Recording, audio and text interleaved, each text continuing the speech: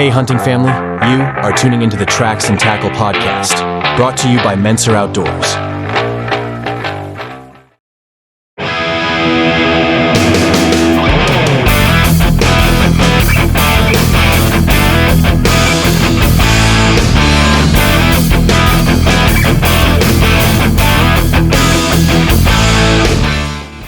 Hey there, hunting family.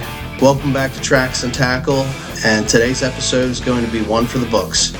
I'm joined by my co-host, Brady, the Hollywood Horse, as we sit down with our guest, Perry Hartman, better known as Old Snakebite. And he's here to share an incredible story about his near-deadly encounter with a timber rattlesnake. Today, also joining him is our good friend, Justin Barrick from Interstate Garage Doors, who's becoming a regular member of the show. We're going to be deep diving into this experience, and we're going to be looking at what it can teach us about life and the outdoors. Can't wait for you to hear Perry's story. Buckle up, let's roll. Hey there, hunting family. It's time to give a shout out to a company that's been keeping our communities moving since 1995. I'm talking about Interstate Garage Doors. For nearly 3 decades, Interstate Garage Doors has been the go-to choice for comprehensive garage door services in South Central PA, as well as the surrounding Hagerstown, Maryland, and Martinsburg, West Virginia areas. And get this, they're not just any company. They're veteran-owned and family-operated, with a proud history of serving both residential and commercial clients. Their professional technicians are the real deal, offering top-notch installations from industry-leading manufacturers and expert repairs for all garage door makes and models. From residential garage doors to overhead doors and openers, Interstate Garage Doors does it all. So whether you're a hardworking contractor building homes or a homeowner looking for service or just needing an upgrade, you can trust Interstate Garage Doors to get the job done right. And hey, they're not just experts in garage doors, they're also experts in giving back to the community, sponsoring podcasts like Tracks and Tackle. Are you ready to experience the Interstate difference for yourself? If so, here's a little something extra for our loyal podcast listeners. Use promo code Tracks and Tackle when you contact Interstate so they know you heard about them here. Just visit igdoors.com today to get an estimate or request service, or give them a call at 717-263-3150. Don't wait, take the first step towards a smoother, more secure garage today.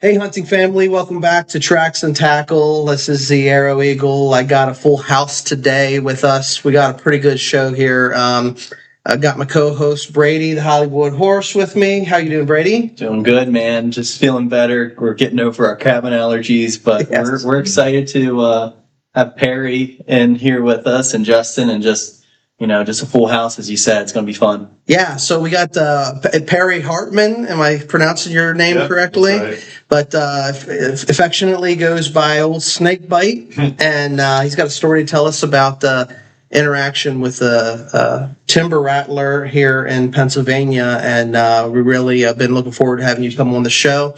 And coming along was our mutual friend, Justin Barrick with Interstate Garage Doors, and you're pretty regular now on the show, no? All right, well, Justin has actually connected us with Perry, and Perry's got a story that I don't think he would want any of us to go through. He didn't want to have to go through really himself, but had a really traumatic event, I guess, is the way I would explain it.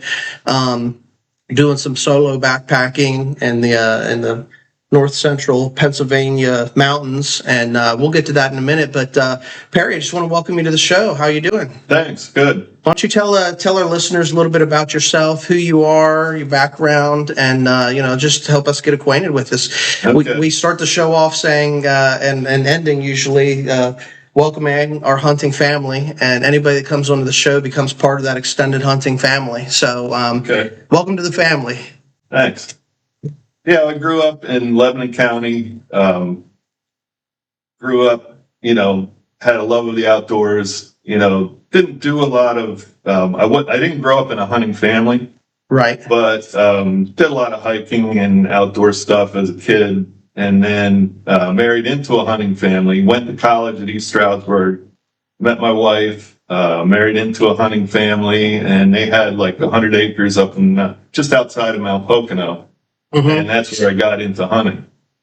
And then the best man at my wedding, best friend from college, the second year got me into archery. And once I got into archery, that just like took off. That's it. Once you get what we say, you get bit by the bug. By the bug. Yeah. Yeah. Yeah. So let me ask you this, and this will get the conversation going a little bit, but, we always talk about, we grew up hunting, had a mentor in the family. It's kind of in our blood and our DNA and stuff. And we're really advocates of getting other people into the sport. You don't want to see it become a dying sport or anything like that. But from your perspective, getting into it later in life, I know you said you married into it, but like, what did that journey look like for you? Because a lot of guys they won't take that first step because they don't have, you don't know what you don't know is what I say. Well, to be honest, I didn't know if I could pull a trigger on an animal. Right. It's just never growing up around it. So, the father-in-law, over the years, he'd invite us over there for holidays, and it was only, 20-minute drive from East Stroudsburg.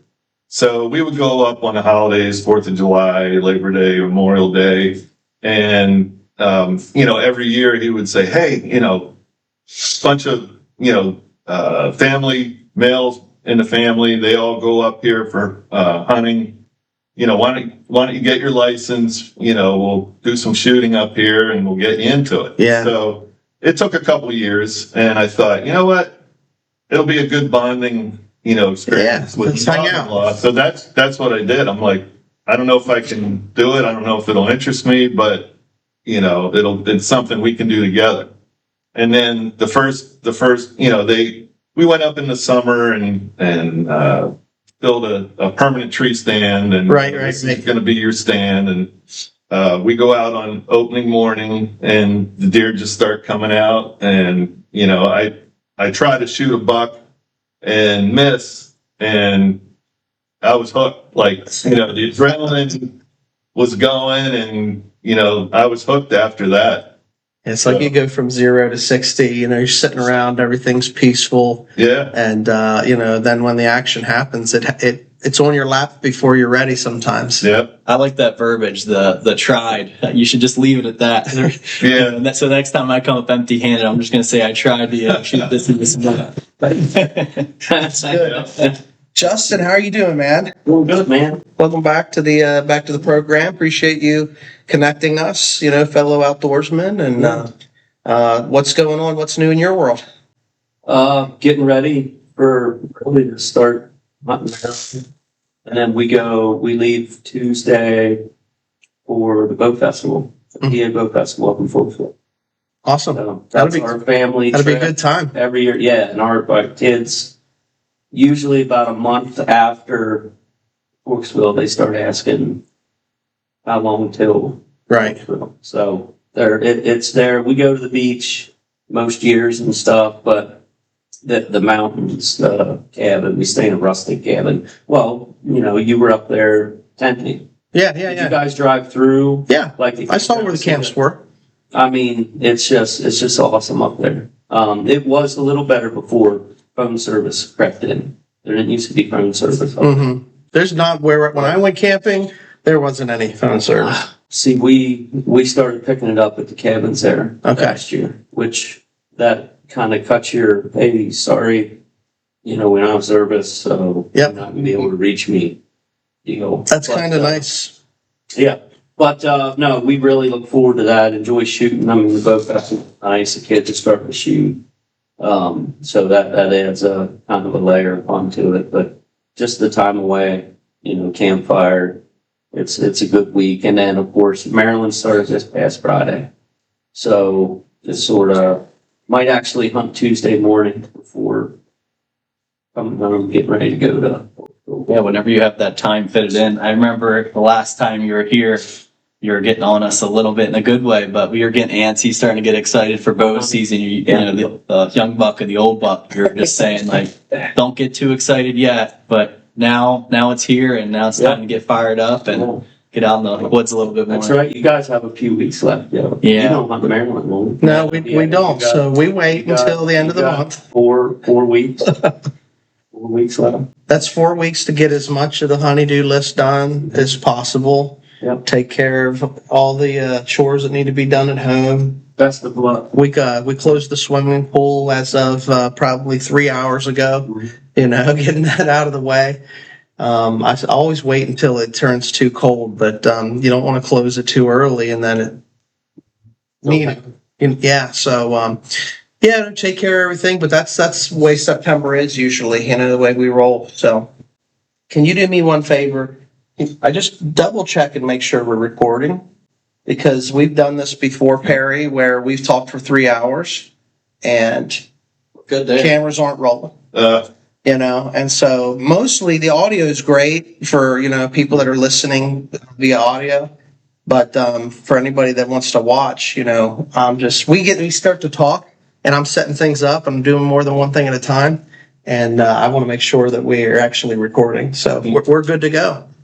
All right. Well, let's set the scene for the story that you're going to tell us here, Perry. So Justin reached out, said, hey, I got this great guy I know who thinks that he's got a story that he would be willing to share, come on to the podcast and talk through. And it's kind of an inspirational tale, very serious topic. And, you know, so we wanted just to make sure that for anybody that's listening, you know, that there's a takeaway from this. You know, Perry, you said you got into, you growing up outdoors, you did outdoor stuff like hiking and backpacking and that sort of thing. You know, it was actually just the hunting part of things that you got into later in life. Right.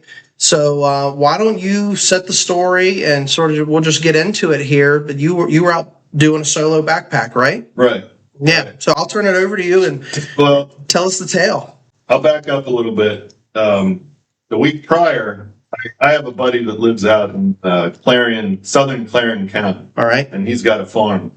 So the plan was drive out to Benazet, which is about 90 minutes from where he lives, and go in. The original plan was to go in for 3 days, like backpacking a day and a half, and then come back out and look for elk. Yeah. 'Cause I had never seen elk in the wild. Yeah, for those that are listening that aren't familiar with the Pennsylvania, Benazet is where the elk are, and the elk herd in Pennsylvania. That's where you're going to find them. Right. So that's where your target area was. Yep. So I have a friend that works for the Game Commission. He gave me an idea, where to go in. Right. And so the plan was to leave on a Sunday from my mom's house, because I was visiting my mom for the weekend, drive out to Benazet, do the 3-day backpacking, and then go on to my buddy's farm. And, in the summer we do move tree stands and cut shooting lanes and all that.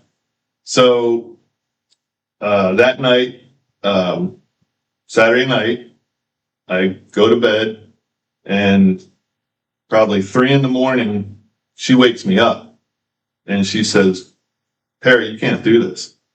And she's hysterical. Like, she's crying. She's hysterical. I've never seen her like this. And, every son, oh, Mom, it'll be fine. My buddies know where I'm going. They know if I don't check in with them on the 3rd afternoon, they're going to come look for me. What could possibly happen? So obviously not thinking, you're going to get bit by a rattlesnake. You're going to have a couple hours to get out. And if you don't, you're in trouble. So, I kind of calmed her down.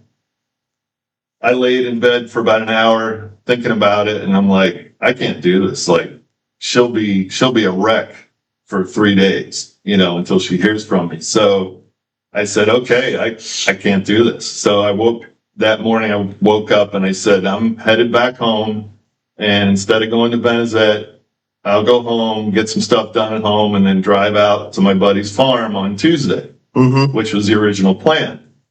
So that's what I did. But in the meantime, I had all my gear with me. I just kept it in the car. Right. And I thought, well, we'll see how it goes. Maybe I'll do something on the way home. So I go out there, we do a lot of work out at the farm, move some stands, cut some shooting lanes, do a little coyote hunting. And then I leave there Wednesday. Wednesday. Your buddy's farm. I leave the buddy's farm, and I head to Benazet. And I figure, I hadn't done any backpacking all summer. I'm like, I'm just going to do a quick overnighter. Sure. I tell my buddies. Obviously, I don't tell my mom. Yep. And, I hike in on the elk trail. And, it only took me, I only went a little over 2 miles. So I set up camp on a state forest side of a closed state forest road. And on the right side is a big Game Commission food plot. So, and there's a big game trail that comes right in front of my tent. So I'm like, this is perfect. Right. Tonight, after I eat dinner, I'll go out and tuck myself in the food plot somewhere in the trees, and watch the elk come out and feed. So, on the hike in before I set up camp, I'm looking for water sources because I never carry water with me, only what I'm going to need on the hike in, and then I have a filter. So, and I know this area is thick with rattlesnakes. So I'm looking, as I'm walking, I'm scanning, keeping my eyes open. There was a water source maybe 1/10 of a mile from where I set up camp. So I walked back, and I'm walking down to this little trickle of water, and I'm looking, scanning back and forth, and I get to the water source, and I think, looking back on it now, I think I just let my guard down because I wasn't moving. And the other part of it was, I had done this like a couple years previous, and I had run into a dark color phase timber rattler, and I didn't realize there is a yellow color phase that's more camouflaged. The dark color phase, it was in the vegetation, it just stuck out. Right. In fact, when I first saw it, I thought it was the cow pattern, because that's what it looked like. It was coiled, and then I realized, wait a minute, I'm like 4 miles up in the mountains, like there's no cows around here. Sure. And I realized it's a rattlesnake. So this time I'm looking for something dark, like dark gray, almost black colored and not camouflaged. And so when I had a water bladder with me, and when I was going to bend down and try to scoop the water up, and then I thought it'll be better if I just step over and let it run into the bag. So I step over the water, and as soon as my leg hits the ground, I see the snake head just coming straight up at my shin. And, it's like they say, it happened so quick before I even knew what happened. I must have jumped back. Luckily, the snake recoiled. Because I said, if that thing had been hanging on, I didn't like snakes before this happened. Neither. I said, if this thing would have been hanging on my leg, I probably would have taken my pistol out and blown my leg off trying to get this thing off my leg. Right, yeah. So luckily, it just recoiled, and the whole thing was, it was God. I mean, it literally within seconds, I'm running through my head, okay, this is bad. And I got to get to help either before my leg stops working or I pass out. And that's it. And so literally within 5 seconds, I was moving. I was headed out, and I knew I had read in somewhere, I can't tell you where, but somewhere along the line, I had read what to do, in case of a venomous snake bite. And, obviously the main thing is stay calm. Yeah, you don't want your heart to start pumping that through your system. So I knew I had to walk like half speed, but I had to get the help, Quickly. before I either, couldn't move or just totally passed out. So that's what I did. And, everybody asked me, did it hurt? Did it hurt? And I'm like, it felt like two hypodermic needles stuck in your leg. So initially it was that quick shock of, yeah, I've been bitten. But then it takes a while for the venom, you start feeling the effects. And the first thing I felt was my fingers, my toes, and my lips started tingling. And, I'm like, okay, here it comes. Yeah. It starting to get serious. Yeah. And then I'd imagine like some level of panic, like trying to keep your heart rate down. Well, that's what I kept, the good Lord was talking to me through the whole thing. Cause I'm like, thinking back on it now, I'm like, I don't know how I did it. How do you stay calm and just stay rational and just know what you have to do? And I swear it was the good Lord every step of the way telling me what to do. Like, I didn't worry about my gear. Luckily I had my GPS on me, so I knew exactly how far I was from the trailhead. Okay. And my thought was, get to my car at the trailhead, and I knew the Benzette Hotel was within 2 or 3/10 of a mile. And I figured if I can get there, I can get to the hotel and get a landline and somebody, call 911. But the whole time, while I was walking, the only thing that kept me going was I said, I can't let my family find me dead on the trail. Like, that just kept running through my mind. And because my buddies, once I didn't check in, my buddies would come looking for me. So I knew somebody would find me, but hoping it's not my family, but it might be your family. So that's the only thing that kept me going, was thoughts of my family. You said you were 2 miles in on the trail? I was 2.1 miles, 2.2 miles from where I camped, 2.1 miles from where I was walking. Wow. So, and because I've heard the story, and it's been a while, but you had, well, first of all, like when you stepped across the stream, there was like the detail about that always kind of sticks with me. You said about the yellow color phase, that the sun was hitting that specific Yeah, I think spot. the sun was at my back, so I think it was sunning itself like on the bank. Sure. And I just startled it, and that, it was a defensive mechanism to, And it didn't rattle never or rattle. nothing. Like Never rattle. you were standing there, and Didn't that's rattle, where the yellow didn't rattle phase. before and didn't rattle after. And the other black color phase timber rattler that I had seen, I had my hiking staff with me. And I wondered, because I had heard timber rattlers are notorious for not rattling. So I thought, and it struck me as odd that, I was probably 30 feet from it when I saw it. Right. And it saw me, but it didn't rattle. So I kind of walked my 5-foot hiking staff up, and it got within like a foot of it before it rattled.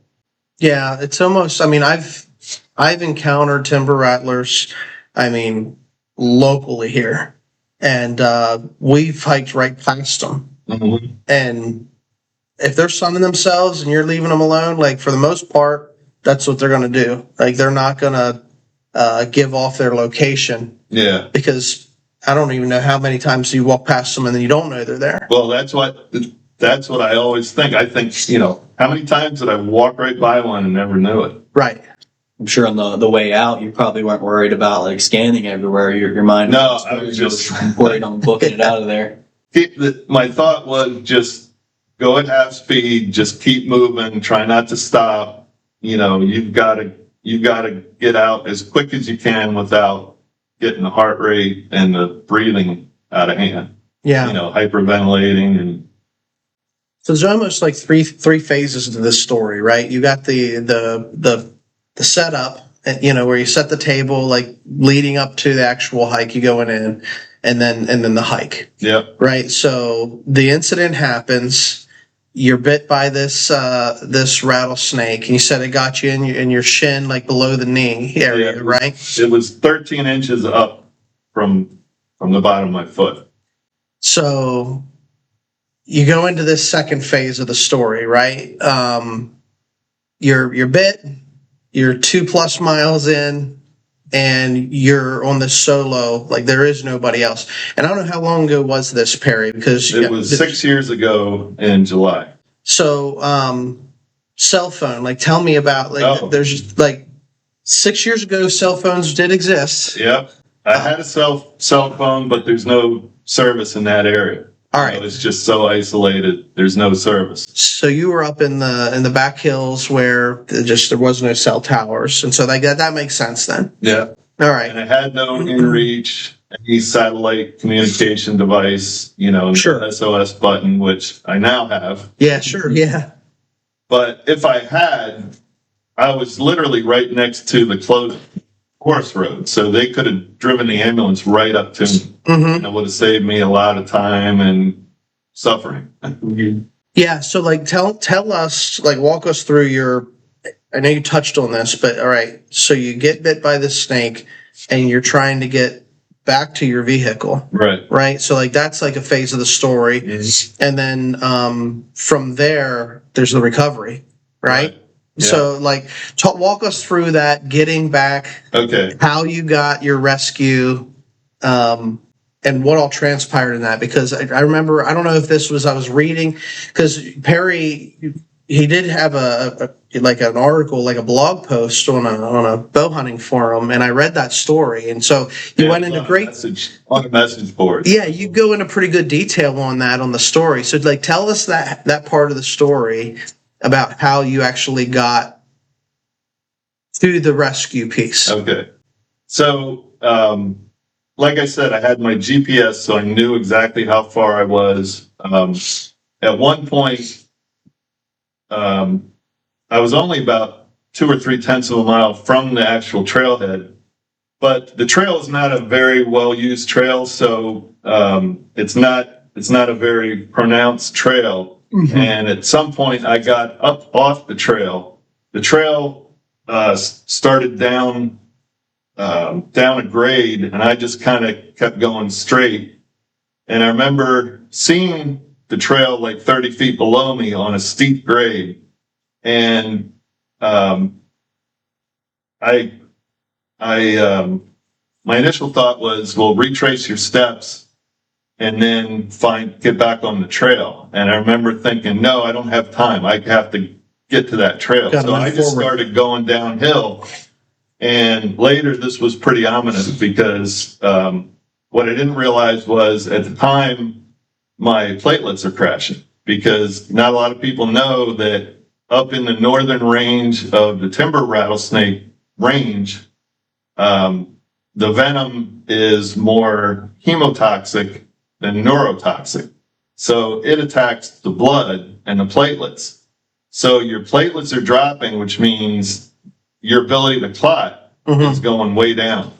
So here I am going down this steep grade, and I remember just grabbing saplings to try to stay up on my feet. Right. And I got down to the trail, and I remember thinking to myself, how in the world did I stay up? Like, I don't know. And looking back on it, I know it was the good Lord. I mean, His hand was there keeping me up. So later, jump ahead, but later, when I finally got to the hospital, I was talking to the toxicologist, and he explained the reason I would be in the hospital so long is when they did the initial blood work at Altoona Hospital, my platelets were 7,000, and they consider low 150,000 or lower. Unreal. So I was at 7,000, and when I thought about that point where I was just like kamikaze downhill, I said, Doc, what would have happened if I would have fallen, if I would have bumped my head, if I would have cut myself? He said, that's it. He said, liable to bleed out. That level of of platelet count, he's like, you would have bled internally. If you got a cut, you would have just bled to death. You would have bled out right on the trail there. And, you know, of course, my the hairs on my arm just like stood up. And, Sure. you know, I was thanking God, because that's the only reason. You know, his hand was under me, holding me up. No doubt. I'm convinced. For sure. So, so I get out to the trailhead, and it just so happened there was a good Samaritan, you know. Turned out to be a good Samaritan. Driving into his cabin, because just past the trailhead there were like 5 or 6 cabins. Mm-hmm. So he stopped. I kind of waved him down. He stopped. I told him what happened. I said, I looked at my watch. It had been exactly an hour. So it took me exactly an hour to walk 2.1 miles. Wow. And that's about half speed for me if I'm walking on a treadmill to train. Sure. So he said, well, I don't get a cell signal here, but he said the cabin next door does. So he puts me in his vehicle, and we drive to the cabin. They call 911. And then he told them, I'm driving him out to the Benezet store. Meet us at the Benezet store. Mm-hmm. So we did that. We get to the store. The one thing that we did wrong was he went into the store and got a bag of ice. And they say you don't want to do anything that's going to inhibit swelling, because swelling is actually a good thing. It gets the venom, pushes the venom out of that localized site where the bite Right. is. Okay. So that was the one thing that we didn't, that we did wrong. But everything else, like, you know, they say now, don't try to put a tourniquet on it, Mhm. because you want that venom to move. Don't try to do the old X in the wound, you know, Yeah. between Cut it open. the fang marks, you know, and try to suck the venom, because as soon as you get hit, you know, that venom starts to circulate. So you're not going to get much of that venom out, if at all. Wow. So basically it's the EMTs have a saying, time is tissue. So the quicker you get that first dose of anti-venom, the less tissue damage you're going to have, and the less, you know, complications you're going to have. So, you know, they say, don't mess around with the snake. Don't mess around with the bite. Just get the help as quick as you can. That makes sense. And that's where I die, because that thing is It's gonna pack, right? going to hell. Well, I said I had my pistol on me, and they're like, why didn't you shoot the snake? And I'm like, I think I would have got so hyped up, and my heart rate would have been, and I wouldn't have been thinking clearly. Like, that's one of the things that always amazes me, that, I mean, the good Lord was telling me, and within 5 seconds, I was hiking to get out of there. Yeah, you were on a line from point A to point B to get out of there as quickly And I as you don't, could. you know, I don't know how, you know, how do you do that? How do you keep your senses? Yeah. Well, it's part of the grace of God that, Oh, yeah. you know, you give him credit for. I mean, this really was a miracle that you got out of there at all. Because I remember reading your post about this, you know, when you were saying, like, hey, my fingers are starting to tingle, my lips, I can't feel my leg. And I think you made the comment that even if you got to your truck, you wouldn't have been able to drive. No, because it was deteriorating. I think I could have gotten another 2 or 3 tenths of a mile to get to the hotel, but I couldn't drive. And so when we got out to the store, he drove me out to the store.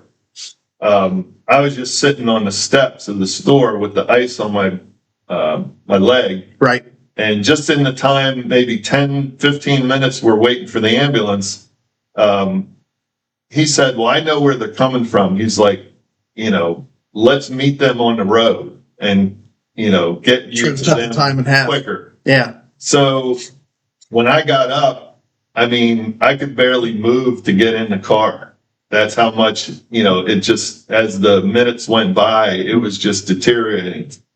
So, you know, and then then afterwards I thought, if this had been a 5 or a 6 mile Right.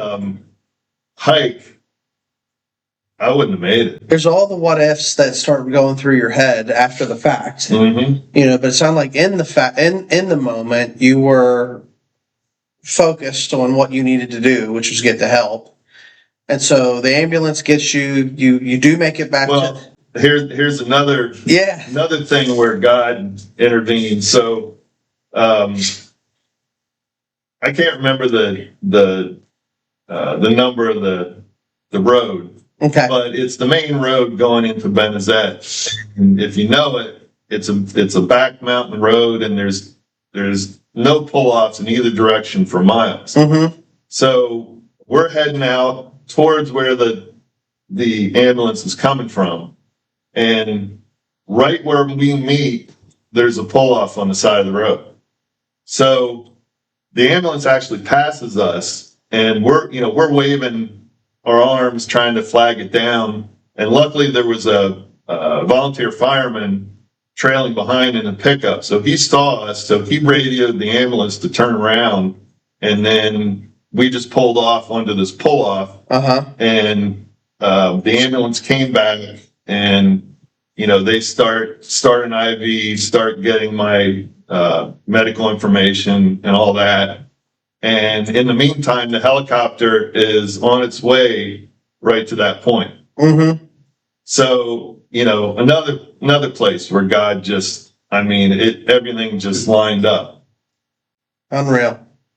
Yeah, I'm thinking just how I am. I work very much off my GPS. So, I don't know, paramedics nowadays, I'm sure they, have a little bit of awareness of their area, but, like you're the cabin, the Good Samaritan guy, the ambulance is coming this way, but what if they came from a different way or different route? Those minutes count, as you said. So, everything just seemed to have fallen into place, and everything seemed to, worked out for you. So, okay, they get to you, they get your information.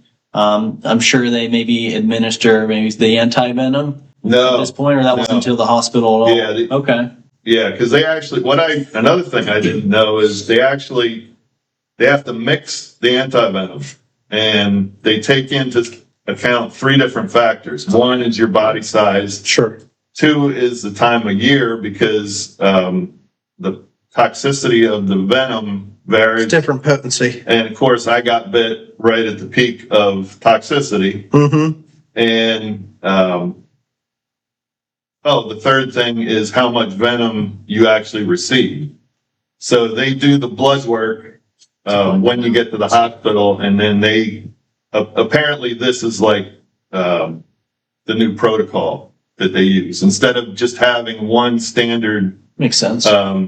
dose of anti-venom, they kind of tailor it to the situation. Okay.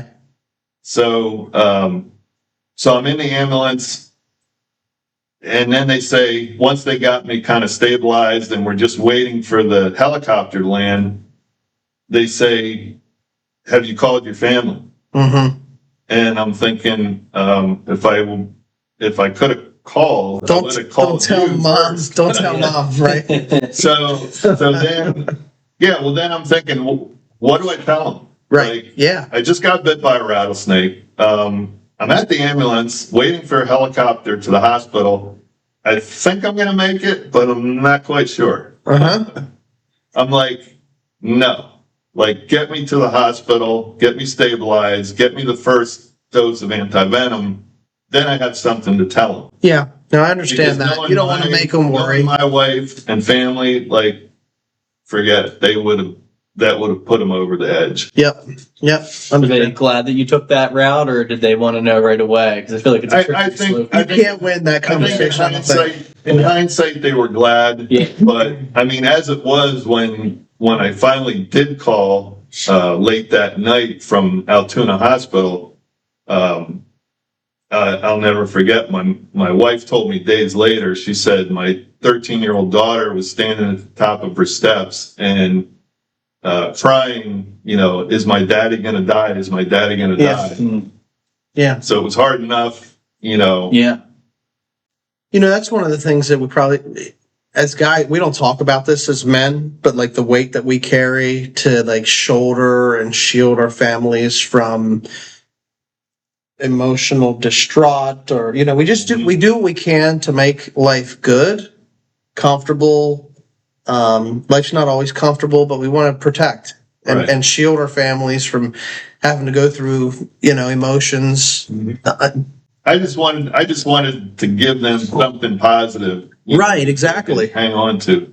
I think that's the approach that males take. We want to sort of soften the blow if there's going to be a blow, or we want to give them the positive report so that they don't have to sit there and think about it or stress over it or whatever. But well, you give the information that's kind of pertinent, and if there's nothing they can do, I was in a accident. It's actually my work van had rained in a while, rain come down around this turn. The farmer had just mowed grass out onto the road. And as I was coming around the turn, like it turned into a sprint car. It's going, and it's a crazy story, but I ended up rolling and then kind of flipping to where van straight up and down. I thought I was going to stay there, and then so I get out, went, talked to the farmer, called the police, called my boss. When I called Nikki to come get me up, I was like, hey, van kind of off the road. I can't drive. I'm going to need to get a ride. So she's like, okay. So her and Duck come, and I see him pulling in, and she's just kind of wide-eyed looking at the van. Seeing the vehicle. She said, you didn't tell, I told you all that you needed to know. Right. Like I flipped the van. How would that have helped at that time? Yeah. Like you kind of say what you need to say. Yeah, it's a good point. And it doesn't change anything. Just say enough. Yeah, to let you know what's going on. This is what I need. everything's good. And in a situation like that, it's all everything's amplified. It's unknown. You don't know what to say. You don't know what's coming next. So talk us through the recovery stage of this, right? Because that was, like you said, many months, or I mean, like so. Yeah. Well, answer this. I'll let you get into it. I'll go back to the first hospital, because they flew me from Altoona when they did the blood work. The lead toxicologist was at University of Pittsburgh Medical Center in Pittsburgh. Mm-hmm. He's trying to oversee everything from Pittsburgh remotely. And when they did my blood work and found out how much venom I received, he wasn't comfortable with me being in Altoona and them being in Pittsburgh. Yep. So he said, we're gonna give you the first dose of antivenom, and then we're gonna fly you to Pittsburgh because I want to see you. Yeah. So they gave me, it took like 90 minutes to mix up the antivenom. Really? So the whole time I'm lying on a gurney in Altoona, and the pain, I mean, they always say snake bites are painful. Rattlesnake bites are painful. Well, you can't imagine the level of pain. Like, I mean, I was a high school and college athlete, and I put up with a lot of pain. I had no idea what I was in for. I mean, when I first got to the hospital, I'm lying on the gurney, and they gave me Dilaudid and oxycodone. And once they started giving me that, it was every 2 hours. They would give me Dilaudid, and then 2 hours later, they'd give me oxycodone. 2 hours after that, Dilaudid. So each one was on a 4-hour schedule. I didn't even feel it until I got that first dose of antivenom. So I was like... so you could tell that antivenom, when you could feel when you got that. It just made a difference. Well, I went from like a 13 to a 10 on a scale of 1 to 10. Right. So initially, when I was lying there, I kept apologizing because I was like screaming and yelling, and if I had a bullet or a wooden dowel rod, it would have been biting on that because it was just excruciating. So once I got that first dose of antivenom, at least it was like tolerable and I could talk, and it wasn't like, I mean, I was literally lying there just, Yeah. Just unbelievable pain. Just trying to survive, really. Yeah. Were you able to connect at all with the time that it's been since with anybody that experienced something similar to, see if they had a similar experience? I've run across a couple people that had different experiences. One actually was worse than mine because he was in North Carolina. So, and it was longer. He didn't get the antivenom as quick as I did. Mm-hmm. So, and down there, it's neurotoxic. So it attacks the heart and the lungs. So he had a lot of respiratory issues, a lot of heart issues. He was actually in a coma for like 3 or 4 days. And it ended up attacking his digestive system and really messing up his digestive system. But I haven't talked to anybody that from this area that had that big of a lag time between getting bit and getting the first round of antivenom. How long was that? So it was almost 5 hours. And the toxicologist told me that usually 6 hours is the magic window. So if you get the first dose before 6 hours, you're probably going to live, and you're probably not going to have like significant permanent tissue damage. So you're probably not going to have an amputation, right, or anything like that. But I think because of the amount of venom I got, they ended up, over the course of 4 days, I got 30 vials of antivenom. And they tell me the average treatment is 12 to 15 vials. So I got like over double. Yeah. Over double. What's that stuff called, Savannah? Don't want to know. Yeah. So the drug company wanted $420,000 for that 30 vials of antivenom. My insurance company negotiated them down to $219,000, and that's just for the treatment. That doesn't count hospital stay. Yeah, any of the other bills. Right. Yeah. Well, that's definitely the pharmaceutical market, is a money-making market to be in, I guess. Yeah. It's when you need that antivenom. There's no let me think about this. No, get it in me, get it into my system. Yeah. So I know that you attribute, really the recovery and just getting through this ordeal, you attribute it to God looking down on you and the grace of God on your life. What was that? Walk me through your mental, what was going through your mind, and how were you processing this? Once you got that initial stage, you got to the point where you're like, okay, I am going to live. There's going to be a little bit of a journey here. And then I guess you walked in here pretty good. Do you have any permanent residuals, or you have some? I do, but it's more nuisance than anything. Yeah, you just, I've got the listeners won't be able to see it, but I've got a mass of scar tissue. Right. This is where I got bit. And so I had to elevate my leg at a 45-degree angle for weeks. Yeah. And I can show you pictures, but basically my calf blew up to the size of my thigh. Unreal. And the whole thing over the course of 7 or 8 days turned different colors. It looked like a huge burn. Is what it looked like.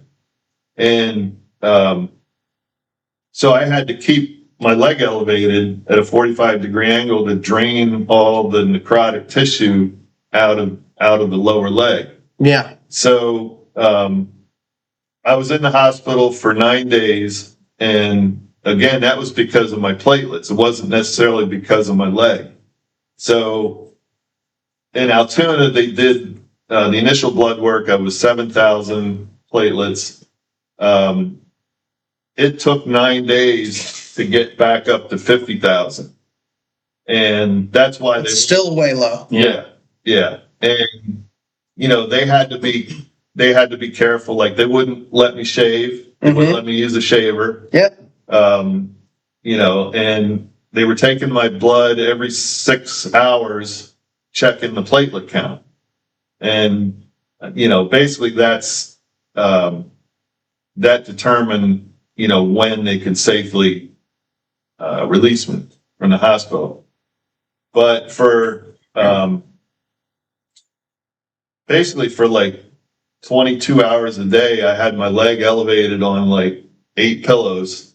And, the toxicologist said, the sooner you start moving and the more you start moving, the better the outcome's going to be. Mm-hmm. So like the second day, I would,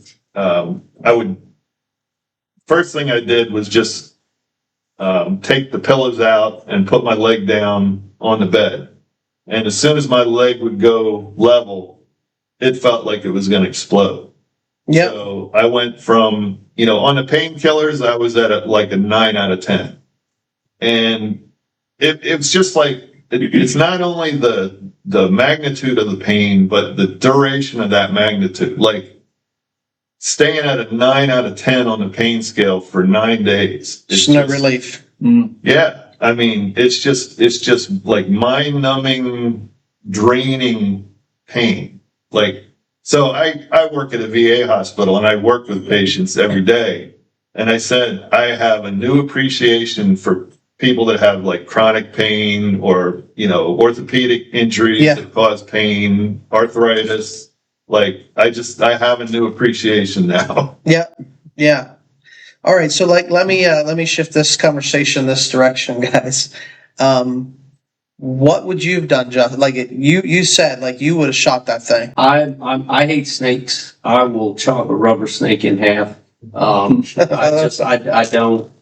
love nature, and I think, God made all these things. Snakes are the devil, and there's zero use for them. Argue with anybody. I honestly don't know that you said it was God, and I believe that, and it would take all of God to have my head be in the right place, because I don't remember a traumatic experience. I don't remember, I don't know why. I just know that they creep me out. I don't care anything for them. When Nikki and I got married, we went up actually the Poconos and stayed at a place up there, and we went to some kind of zoo thing, and they had like an indoor reptile, whatever. Yeah. And we went in, and I was like, I'm going to go in, and I don't know, like it wasn't a face your fear kind of thing, but I was like, I can do this. I can. Sure. And like they're on the other side of glass. I couldn't take it. I'm like, man, they just creep me out. And so I don't think there's a chance. Like if I got bit and there's a chance I'm going to die, you're dying first, and I'm going to watch it happen. Right. And I know it's illegal, to kill these things or whatever, but I don't know who hands those tickets out. Start filling the paperwork out, because this is happening right now. Like, so I just don't, it would take every bit of God. I would like to think that it would kind of enter your mind, hey, you got to keep your heart rate down, but I don't know how that's possible. That's like you falling into a lake and saying, hey, you got to stay dry. You can't be wet. Well, I'm wet. I don't know how you don't get elevated like that. Like the whole thing is it's just God thing after God thing after God thing after God thing. I mean, I look back on it now and I tell people, like, if you would have told me 2 days before that happened, what was going to happen, I'd say I'm a dead man. Like, how do you walk 2 miles on a snake-bit leg? Like, how do you do that? So I had 2 questions. What I really want to know is, what was mom's response when she, Actually, I was amazed. Like, You know. she was just so glad I was alive. yeah, Like, right. I never got the "I told you so." Good. Like, She's probably still waiting for it. but and I told her, when I finally saw her, I said, "Mom, I will never doubt a thing you say ever again." Yeah. But you change your plans, right? Like you were going to do like a deeper, longer. Oh yeah, I was going to do a 3-day instead of overnight. Yeah, you didn't. Mom said, "Hey, don't drink any of that soda. It's too close to bedtime." And you were like, "Well, just a shot, just a sip, And I mean, that very well could have been the different. You're 4 miles deep. Yeah, It's a totally different story. it could have been the difference. So So my other thought, Perry, is, how did this affect your outlook on the outdoors now? So like we always talk, one of the things that Brady and I talk about a lot are lessons learned, right? So there's always a takeaway. And, for a story like this, on a podcast like this, we want to like talk and discuss about like what are the takeaways. But personally for you, how did this affect your outlook on, continuing to get outdoors and just being life in general? I mean, really, like there's traumatic events can change your life for the better, for the worse, but they shift the way you think about things. So the first thing, once I got home, my family's, I'm thinking, okay, it's now the beginning of August and we do our, I'm a member of the United Bow Hunters, and we have a early season hunt down in WMU 5C down near Kutztown every year. And I'm part of that. I'm part of the planning and the committee. So I'm thinking, that's coming up. Like, how am I going to hunt? Right. And, Right. At the time I'm thinking, I'm probably not going to be able to get up in a tree. I can't use a climber. Like, I can barely walk. Because I had to use a walker for 2 weeks, and then it was 10 days on a single crutch, and then it was weeks with a cane just to get around.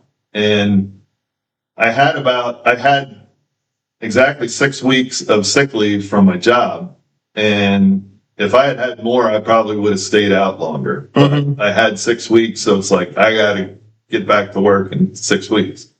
So, and I ambulate patients. And so I knew they were not going to let me ambulate patients if I have a cane. Yeah. Yeah. So, I was good at that point. I could maneuver, and, I was fairly solid on my feet, but, but I'm like, can I really hunt? I mean, I'm going to need somebody to drag a deer if I shoot one. I need somebody to help drag a deer, and I'm quote unquote healthy. Yeah.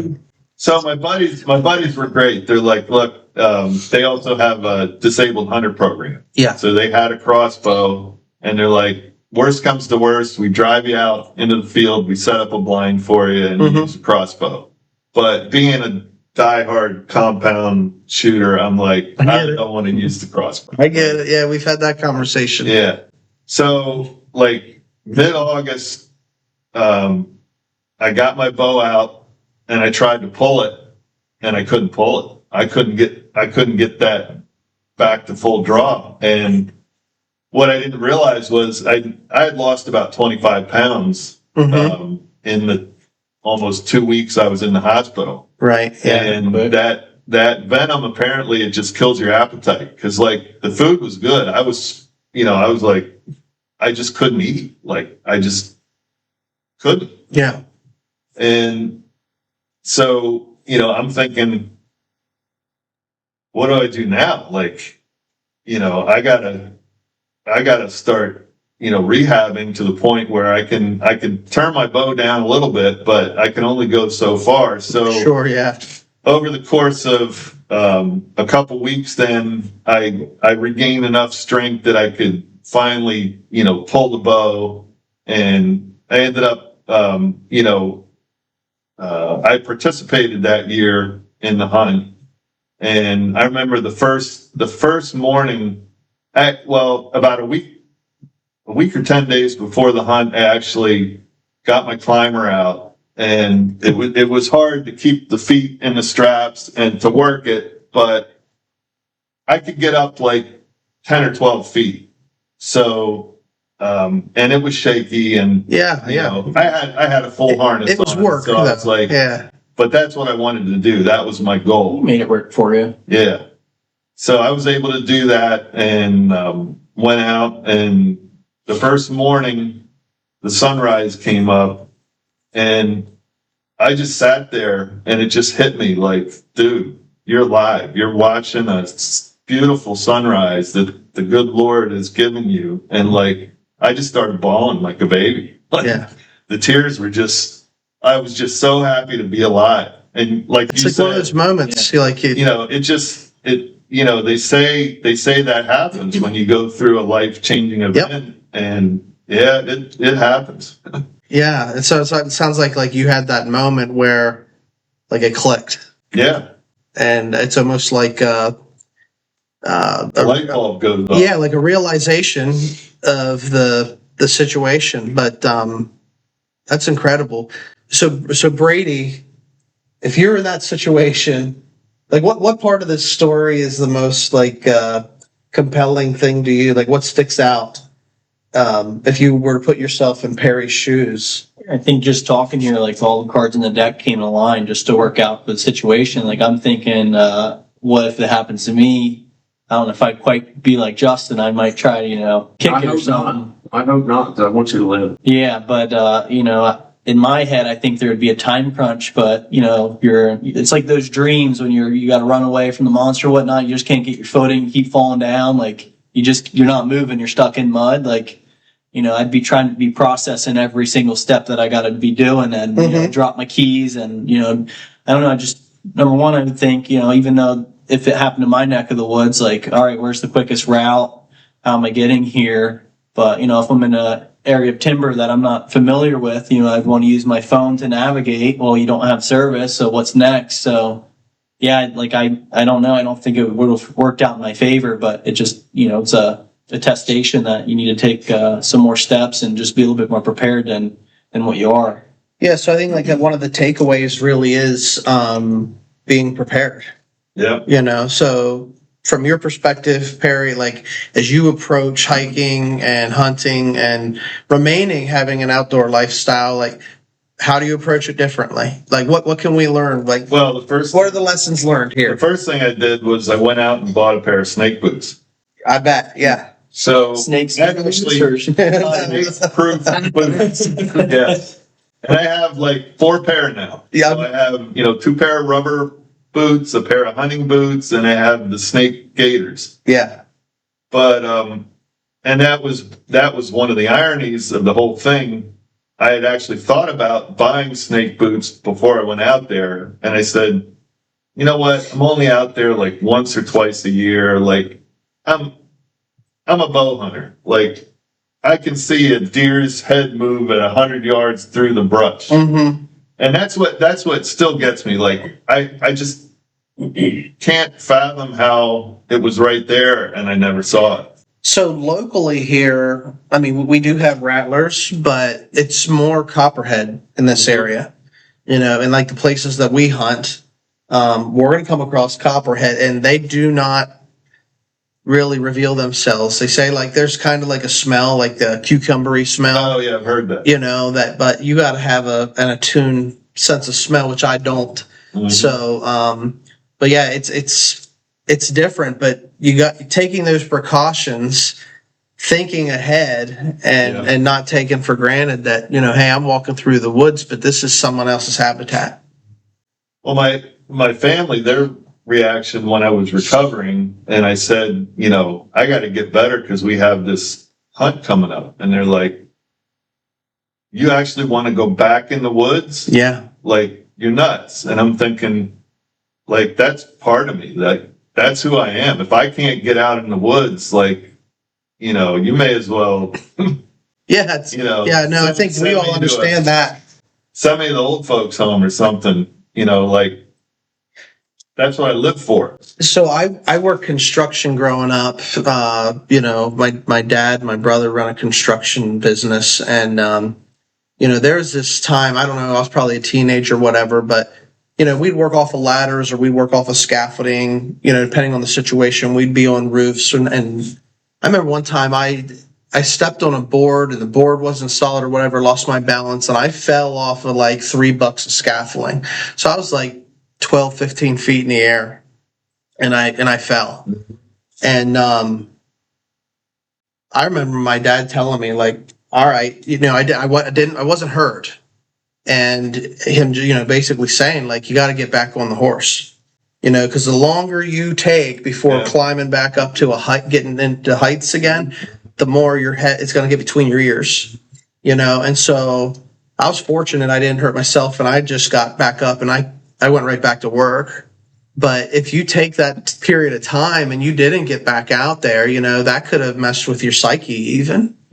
So sometimes you just got to get back on it and get back into it.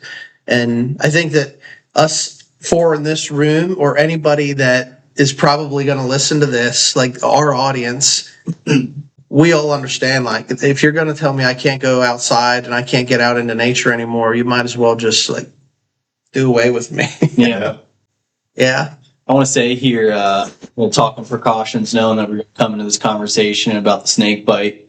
I was at the cabin last weekend, and where our cabin is towards the top, it's in Bedford County, so southwest PA, but I'm told there's rattlers up there, but I've yet to see one up there. But, I just kind of keep aware of my surroundings, especially in the summer. But towards the peak, it's really rocky. It's like they used to do the mining out there, so it's a hard time with your footing. But I was walking towards the peak, and I see, just whether it was dew or something, is in a little cove under the rocks. And I was like, I wonder if that's a snake. But in hindsight, I was like thinking of coming here. So at first I was going to get my phone and really stick it down in there. I'm like, that's not worth it. And then I was like, well, let me maybe get a stick and like dance around there. And I'm like, well, if it is a snake, do I really want to, torque it off? So I was just like, it might be a snake, it might not be, but I'm going to let it alone. Yeah. Yeah. When in doubt, let it be. So takeaways: the importance of staying calm in a crisis. Yeah. Extremely important. Lessons on Wear snake boots if you're going to be being prepared. Poisonous, copperheads, rattlesnakes. The other thing is, I urge everybody, if you're going to be, especially if you're going to be in an area where there's no cell coverage, get an inReach. Mm-hmm. So that was the second thing I bought, was the inReach. And I just have the safety plan, but I know if I'm in an area where there's no cell coverage, and so now I take it hunting, fishing, if I'm ice fishing, backpacking, if I'm outdoors doing something, I have my inReach like clipped to me somewhere. Yeah. And it's on. And I think another thing is you never want to stop going out and doing stuff on your own, but life's better with a hunting buddy, So anytime you can like double up, or you got somebody.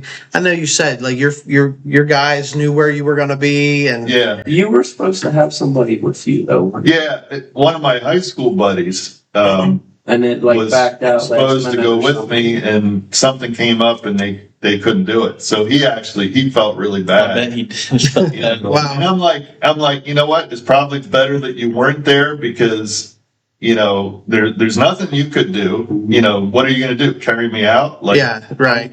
I take it he wasn't the one that got you the snake. No.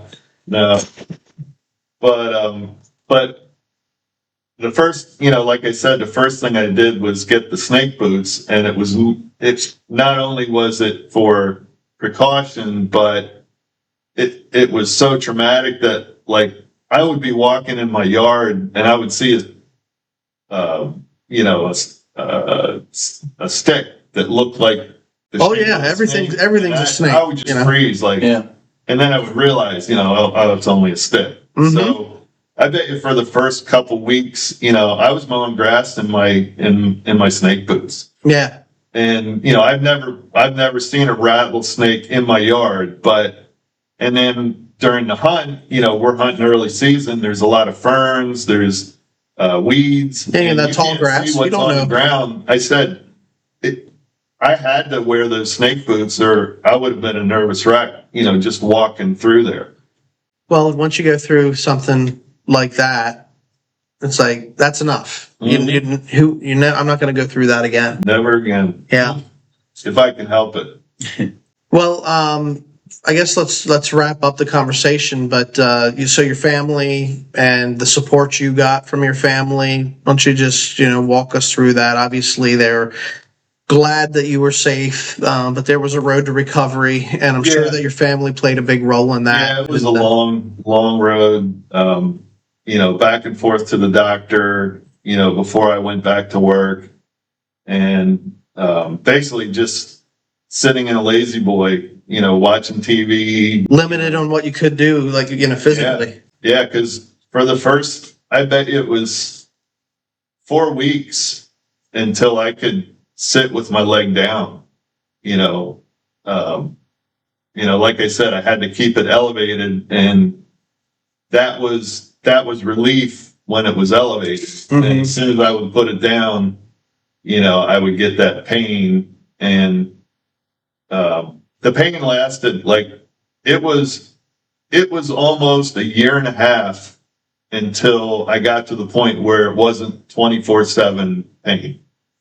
It was almost a solid year and a half. And the doctors kept telling me, oh, in a year, you'll be fine. You'll be back to normal. And at 6 months, I'm like, no, It's not normal. No way.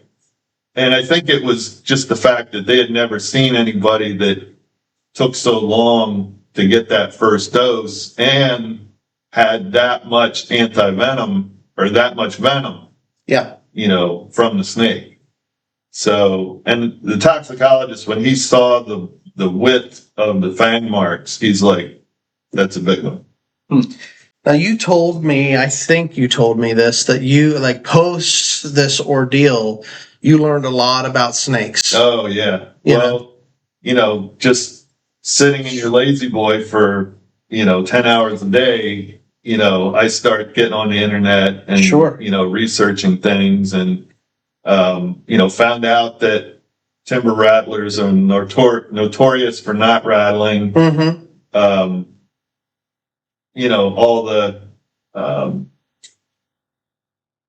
the side effects, of, not only the venom, but the anti-venom.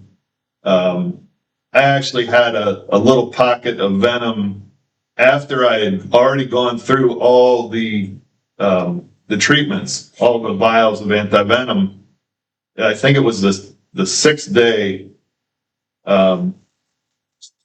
I went from a 9, back to a 13 on the pain scale, and I knew something wasn't right.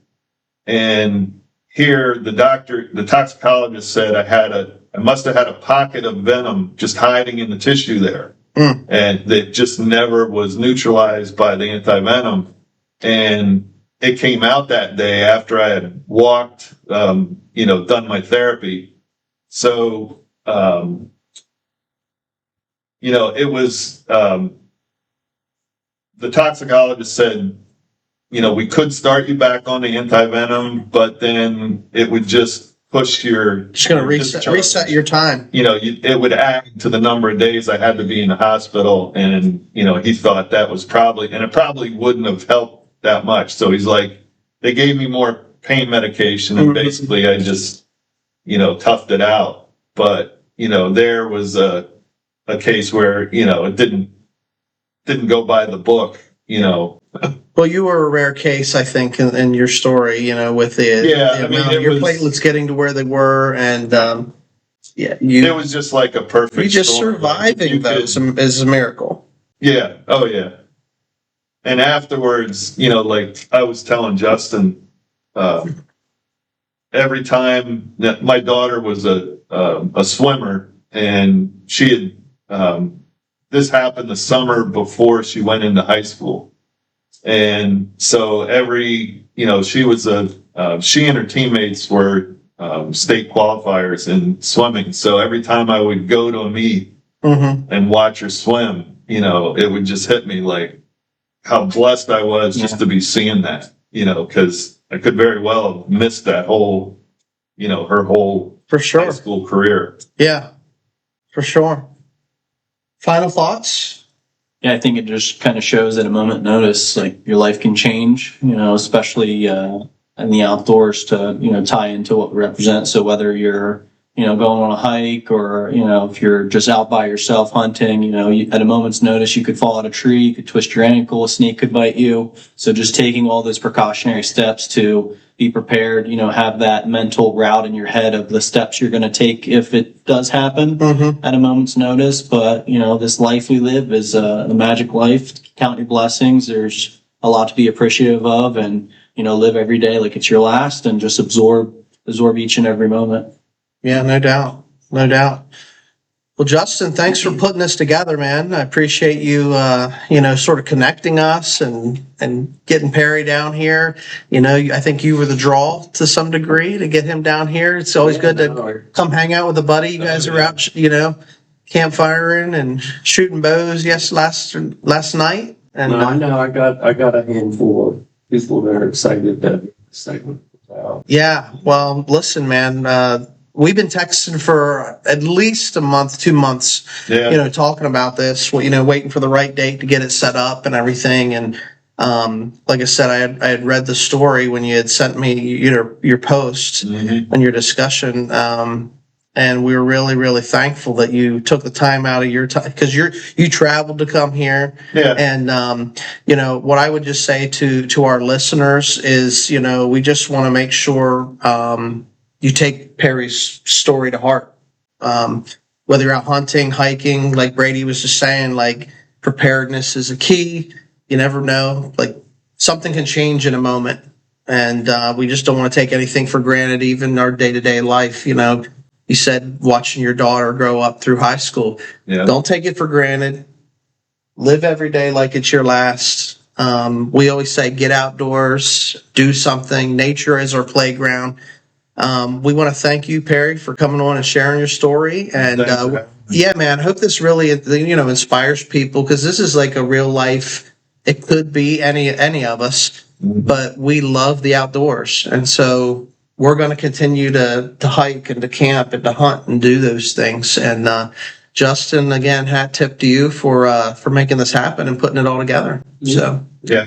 I appreciate this opportunity to get the story out, because, a lot of times, and I've seen stories on the news, and, a lot of times they don't give the magnitude it deserves. It's usually a wildlife biologist that loves snakes and says, oh yeah, if you get bit, it's like getting struck by lightning. It's so rare. And when it happens, you just go to the hospital. They give you some anti-venom, and everything's great.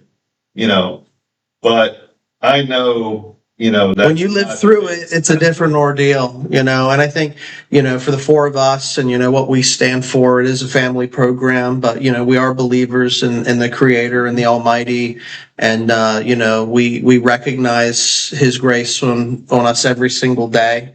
And, that's one of the things that I really enjoyed whenever we were connected was, you're using this story to give glory to God. And definitely. We recognize that, and we want to be a platform for people to do that sort of thing. So, just recognizing where our blessings come from, for sure. Amen. Well, listen, guys, what I'll do is I'll put in the description of the podcast, I will put the forum that you posted, your bow site forum. I'll put that link so people can go and read the full story. And as always, you can always find us on YouTube at Menser Outdoors. You can find Tracks and Tackle as well, and find us on any of your social pages. We hat tip to Interstate Garage Doors for sponsoring the show and sort of running with us this year. And so if you need a garage door service replacement, or Justin's he's your guy. He'll sell it to you for sure. He's been pretty quiet this episode, but he's got the ability to talk to you, and he's a salesman. So, but hat tip to you guys. Appreciate all that you do and for the podcast. So, to our listeners, if you enjoyed the episode, subscribe, give us a 5-star review, tell a friend, and as always, we want you to just stay wild.